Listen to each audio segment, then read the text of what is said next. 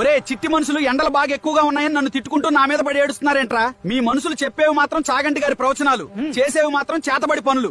ఊరంతా తారు రోడ్లు సిమెంట్ బిల్డింగ్లు వేసుకుని ఏసీల వేడిగాలి పక్కింటోడి ముఖాన్ని కొడుతున్నారు కదరా. ఇదంతా మీరే చేసుకుని మళ్ళీ సూర్యుడా కూలవ్ అంటే నేను మజ్జిగ పోస్తానారా? మీరు వదిలిన పొగతో ఆకాశానికి మూతపడిపోయి నా వేడి కిందే ఉండిపోయింది. లోపల కుక్కర్లో బంగాళదుంపల్లా మీరే ఉడికిపోతూ కింద మంట పెట్టింది నేనే అన్నట్టు మళ్ళీ నా మీద ఏడుస్తారేంట్రా?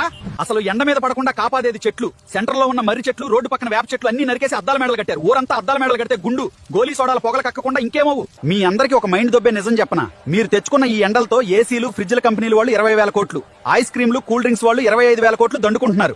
ఇలా ఒక్క ఏసీలు, కూల్ డ్రింక్సే కాదు, దేశం మొత్తం మీద అన్ని కలుపుకుంటే ఈ ఒక్క ఎండాకాలంలోనే 1,00,000 కోట్లకు పైగా వ్యాపారం జరుగుతుంది. మీరు తప్పులు చేసి ఏడుస్తున్నారు, వాళ్ళు 1,00,000 కోట్లు నొక్కుతున్నారు. అయినా నాకు ఒకటి అర్థం కాదురా చిట్టి మనుషులు.